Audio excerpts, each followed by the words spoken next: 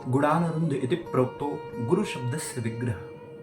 गुरु शब्द का विग्रह क्या है, स्वरूप क्या है? गु अर्थात गुणों को, रु अर्थात रूपित करने वाले। जो किसी साधारण मनुष्य में भगवदीय गुणों को रूपित करके उसे परमात्मा के योग्य बना दे, उसे परमात्मा के भक्ति के योग्य बना दे, उन्हें ही गुरुदेव कहते हैं। गुरुदेव भगवान की महिमा सभी पुराणों में गाई गई है, सभी शास्त्रों में गाई गई है। आप भागवत जी में ही दर्शन करें। मैं आपको ये अंतर दर्शन करा रहा हूं, भाव दर्शन जिसे कहते हैं। भागवत भगवान के महात्म के प्रथम श्लोक में सच्चित आनंद स्वरूप भगवान सच्चिदानंद को प्रणाम किया गया, स्मरण किया गया।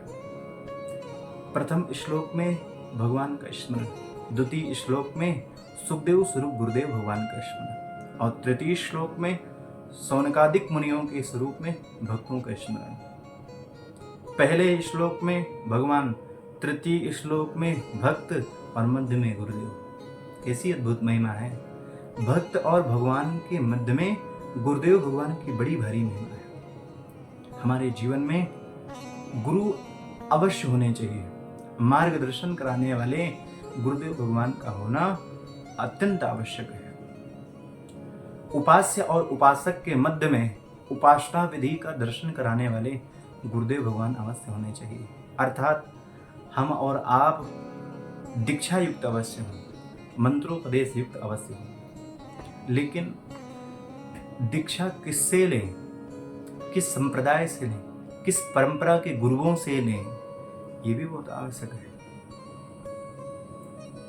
तंत्र महाशास्त्र में भगवान भोलेनाथ महामाया गौरा जी को संबोधित करते हुए कहते हैं, देवी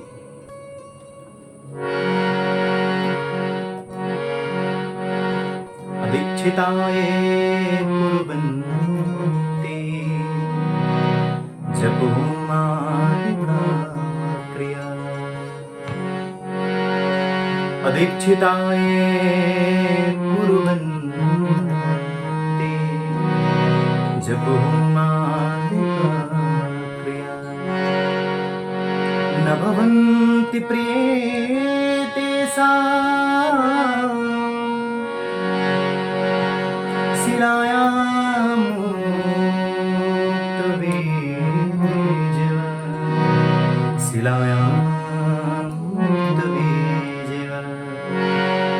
अदीक्षिताये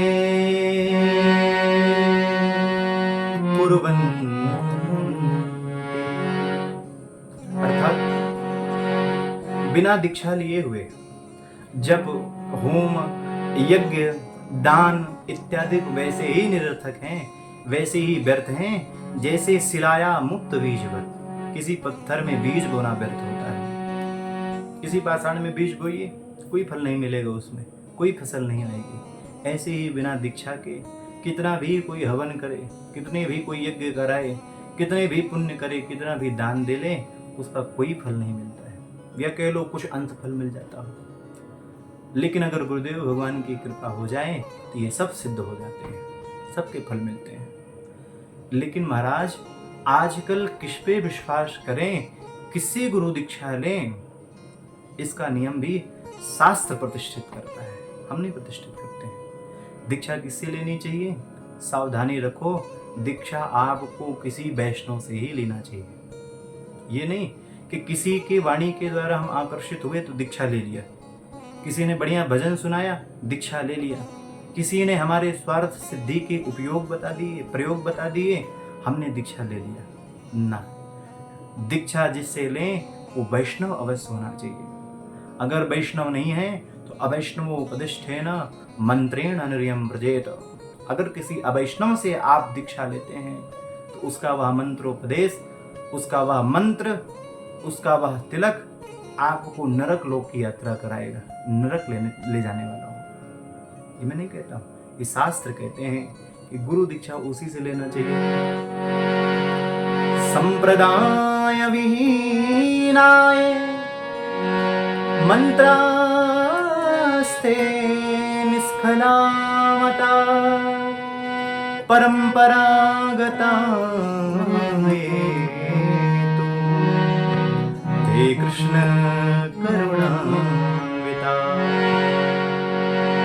परम्परागता ये तो ते कृष्ण करुणान्विता संप्रदाय विहीना।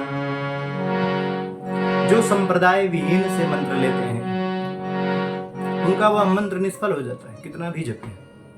लेकिन अगर परंपरागत गुरु शिष्य परंपरा के किसी साधु से, किसी ब्राह्मण से दीक्षा लिया जाए तो वह परंपरागत मंत्रोपदेश आपको कृष्ण करुणान्विता, भगवान कृष्ण की करुणा का प्रसाद दिलाता है।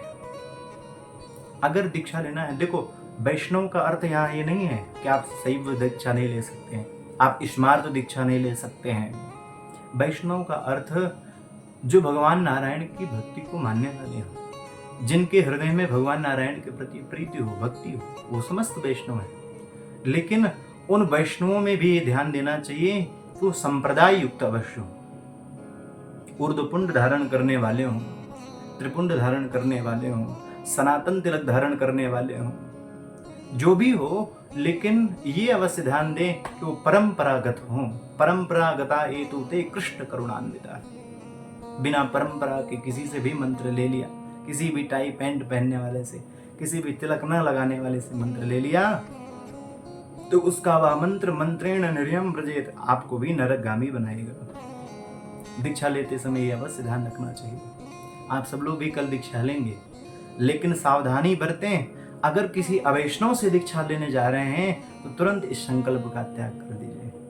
दीक्षा तभी संकल्प युक्त सिद्ध होगी, तभी सफल होगी जब आप किसी वैष्णव साधु से, किसी वैष्णव विग्रह से दीक्षा लेंगे। दीक्षा तो सब श्रेष्ठ है, लेकिन पंच संस्कार युक्त दीक्षा को सर्वश्रेष्ठ बताया गया है।